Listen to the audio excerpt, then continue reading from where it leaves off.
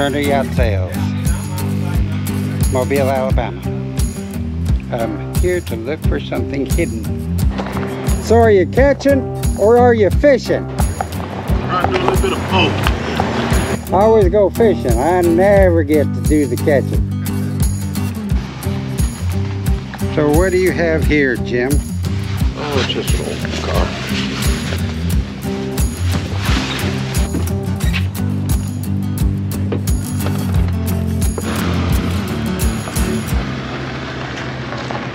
Alrighty then. Wow, looky there. You can see way off into the bay. That's Mobile Bay. So how long have you been with Turner there? I moved out here, I believe it was 2013, but I'd known the Turners prior to that because I had my beach house on Dauphin Island since 2004. And then the first beach house was taken off of the island by Katrina. Oh, is that right? And then I rebuilt the second beach house. And while visiting the beach house, when living in California, I got to know the Turners. And he said, well, if you ever decide to move out here, come help us out. So then when I moved out here, I started helping them with their sales and brokerage side of the business. Well, I am a retired carpenter. Are you? Well, contractor, general contractor. uh-huh. But specifically, fine woodworking is my forte. Cabinet making, that kind of thing? Well, whatever. There's a 60s vintage Camaro. And before Katrina, they did a lot of oystering out here. But Katrina kind of tore up the oyster beds. But that was huge oystering, and Dauphin Island oysters were very, very famous. They're trying to bring them back, and they got an oyster farm on the west end of Dauphin Island. But out here, they were tonguing, you know, original oysters. I'm talking about oysters, you know, in a shell that big.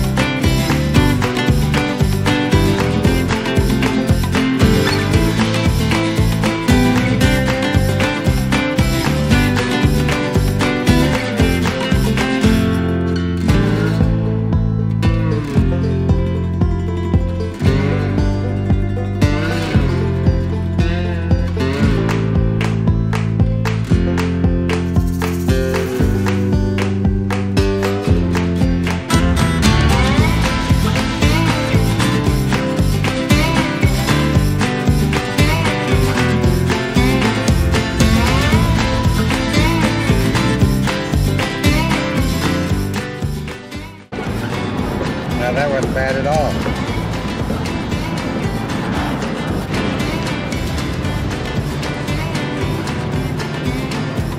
Deep sea fishing rodeo going on Dauphin Island this week. This place is hopping. That water tower was put up in the 50s to resemble a golf tee and a ball on the top because of the golf course that was opened. To the ferry, how far down there is that? The ferry? Yeah. A mile. I'll drive you by there after a while. I'll show you where it is. Let's see, is this the street? Somewhere in the pines over here. Jim kind of knows where it's at. The reason for the exploration. So if you want to see it from the side. Oh my goodness, there it is. Sitting right there. There's a boat in there. I love the lines on that boat, just blow me away. And they're rehabbing this house to be a bed and breakfast, or not a bed and breakfast, kind of like a Airbnb thing. All right, now we explore.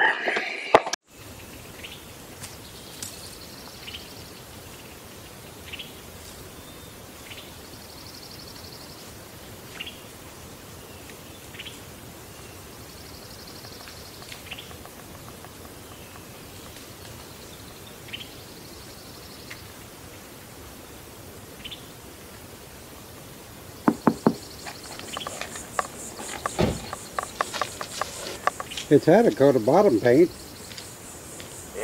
right here on the stands. Well, I thought you probably ready to put it in the water. Saucy.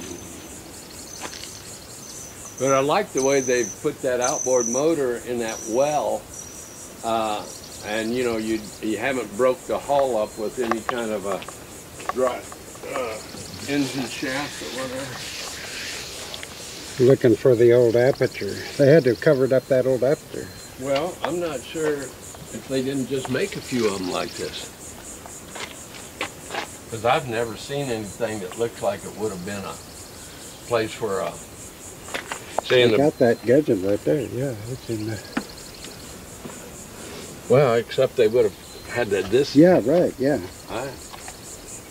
I don't know, my guess, well, it could have been, I don't know, but whoever did it did a hell of a job. This is, by the way, for the wind vane. Wind vane. I was wondering, I saw pictures of that, I was wondering if it was all there. That in itself is a... there's some pieces, parts to that down below, but that looks like it's hardly ever been used, if at all. That's a nice piece of kit. I'm sorry? Cushions. Cushions are here. In the building here, and of course here's your mast and boom and furler and all of that. Okay, spreaders are aluminum.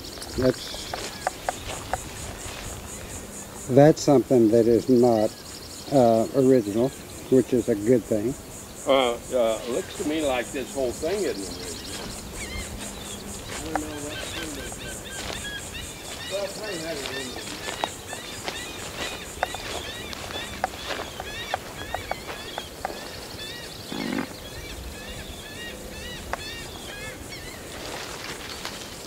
It's a masthead rig. Yeah, well, they typically were that era.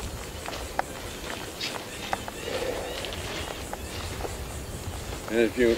Well, I had somebody tell me that Pearson did not build a 30. They well, built this is an Alberg a Pearson, but... Yeah. Who knows where they get this information, but he sent me a chart that showed the Pearson, which is an Alberg design. That was a Triton, Pearson Triton 28.5. Yeah, they did build a Triton 28.5, so it's smaller than this. Yeah, well, what about these folks? How soon do they want that gone? I asked him if he was interested in selling, and they said no. The property? Yeah. Well, how but soon? Anyway, you can see some sails right here. So I don't know if you can get your GoPro to, but you see. But I couldn't make it out. You want me to?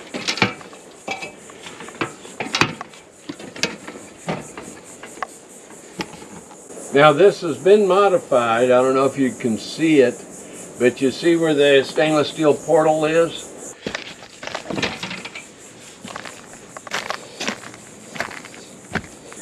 I think he opened those to let some ventilation come through. They're pretty protected. And this is new. All this is new. Lifelines. Yeah. I haven't found any soft spots or anything. And if you know, it's got this binnacle style mast support, so you can actually fold the mast down while you're, on the trailer. Oh, it does have an electric windlass, yeah. And that's a new Stainless steel bow roller. Chain lock on the strong post there, it looks like. That we got still got the wooden tow rail.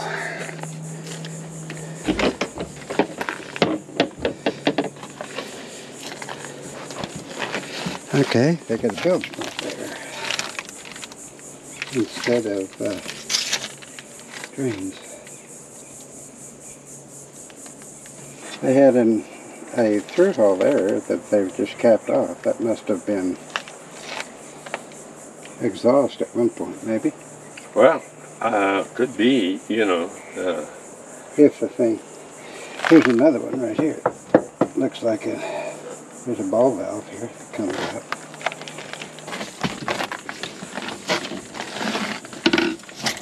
There's your tiller. There's a bilge pump. Manual. This one's taped down for some reason. I had a leak in there or something.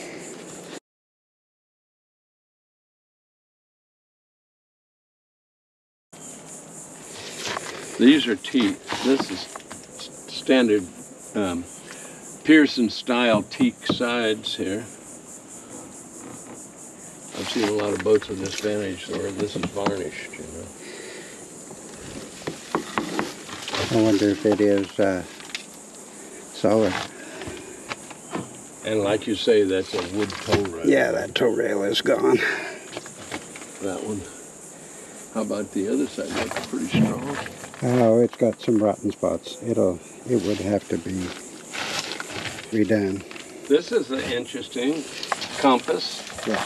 This looks to me like That is also depth of ramming. that's a new instrument. Indicative of the model, probably. Some new doors. Work in progress. Yeah. Push that back if you're going down below so you don't hit your head on it.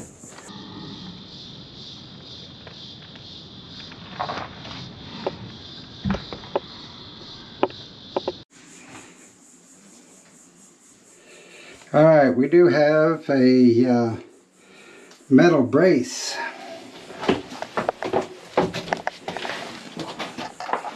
On this beam. That was a big concern for some. Well, see, this is it's a deck step mast, but it does not have a compression post. Right. So you have, usually they put an arched something in there to take the load. Yeah, those are open. They're held open. Well, he was down here a couple weeks ago and cleaned it off a little bit. He probably left those open so it would be air out a little bit, you know. Yeah, it needs it. Looks like there's been some attempts at wiring, and there's some wire here. That looks like the last main project was wiring because of everything that we see here.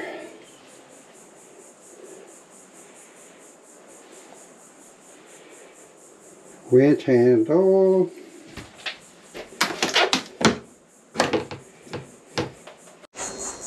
Let's have another conversation here. All right, Jim. This is a beauty. It really is. But it is a surprise. It has some nasty surprises for us. And a sad tale from the sound of it. Because somebody, probably about my age, decided they wanted to retire and sail this boat. So they brought it here 10 years ago. And did quite a bit of work on it. And then time was up. And the health went away. And the boat dream was unrealized. And then time has taken its toll on this pretty little boat. The tow rail, which is probably teak, is now rotten under the paint. The cabin sole is rotten and full of mold. Got water in it. But when you look at this,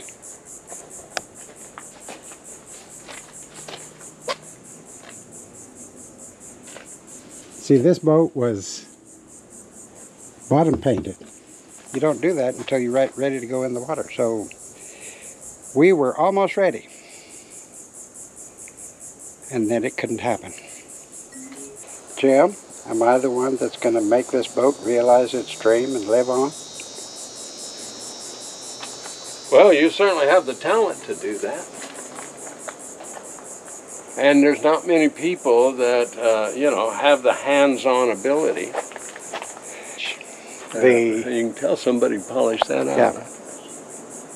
I love that. That haze on that Jelco will buff right out. There's some deeper scratches that we probably could get some touch-up paint and make that come back around. But this thing, with that tow rail redone, and it's got brass, it's got bronze, it's got a lot of stainless. It's got a wind vane right up there. All stainless steel. All, yeah, that's right. And that is key because you don't have to be sitting back there on the rudder all the time. Oh, absolutely. If you're going to do some passage making. And it's got a big, long fin keel, a sharp musher bow. That thing just moosh, moosh. But it needs some rescue. It ain't ready. And it's had some country boy ingenuity too. Look at this bow. Somebody, somewhere along the line. It's got about a 26-foot water line. Like 26-foot water line? Well, I just measured it.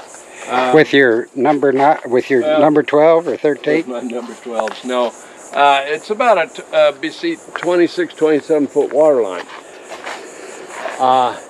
And so if you take the square root of that times 1.3, you have the hull speed. Okay. Come on. Oh, hold on, I'll get that for you right now.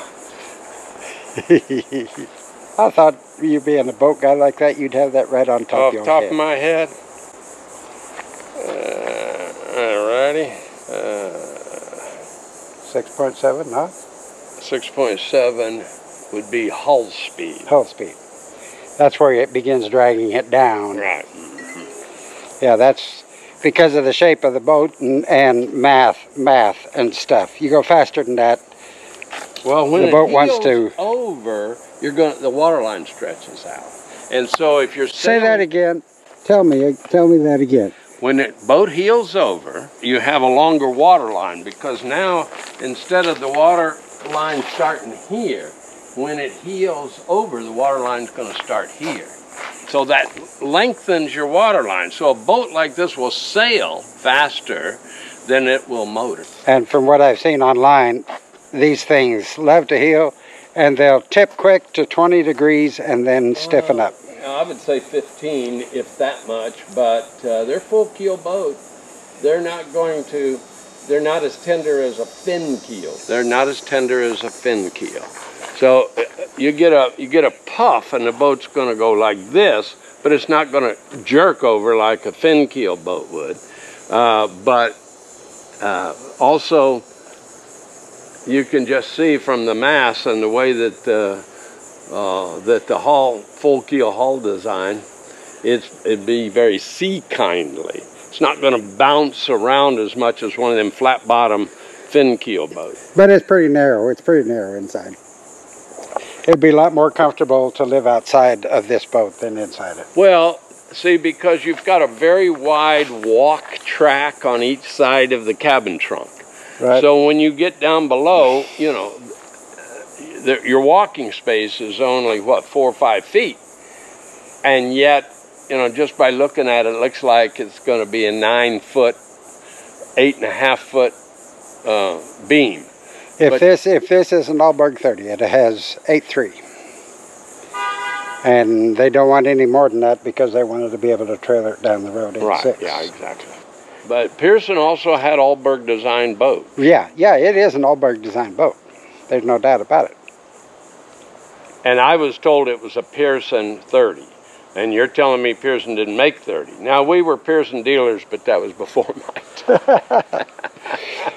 I'm telling you what somebody told me, and then they showed me some documentation to prove it, and maybe they're right, maybe they're not, but I do want to know before we really make an offer. Well, probably, well, the seller doesn't know any more than you and me, because Right. he's the We'll son have to of, do a little research. Yeah, right.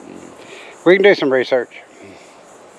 But that doesn't change the fact that Did you say I love it. Whitby? Yeah, I think Whitby. Well, Whitby, you know, I actually sold a Whitby 42, but it wasn't an Alberg design, that's for sure. What I'll do is I'll look that up and I'll send it to you. Okay. And we'll continue this conversation, and then at some point here, before you take off to Canada, That's Wednesday. we'll have another conversation. Okay. In the meantime, let's go for a ride in an old Mercedes. I am dripping. I'll put on the air conditioning. Oh, I see you already got it on. It's cool, all cooled down, waiting for you. I love that. And I sure thank you, Jim, for taking a moment to humor the fantasies of an old carpenter. Man. Young man? Well, younger than me. Well. By a lot. I told you I'll be 79 before the end of the year. Well, I'll be 66. Well, there you go. Before the end of the year. I'm 12 years older than you. Well, 12, 14. Oh, my God.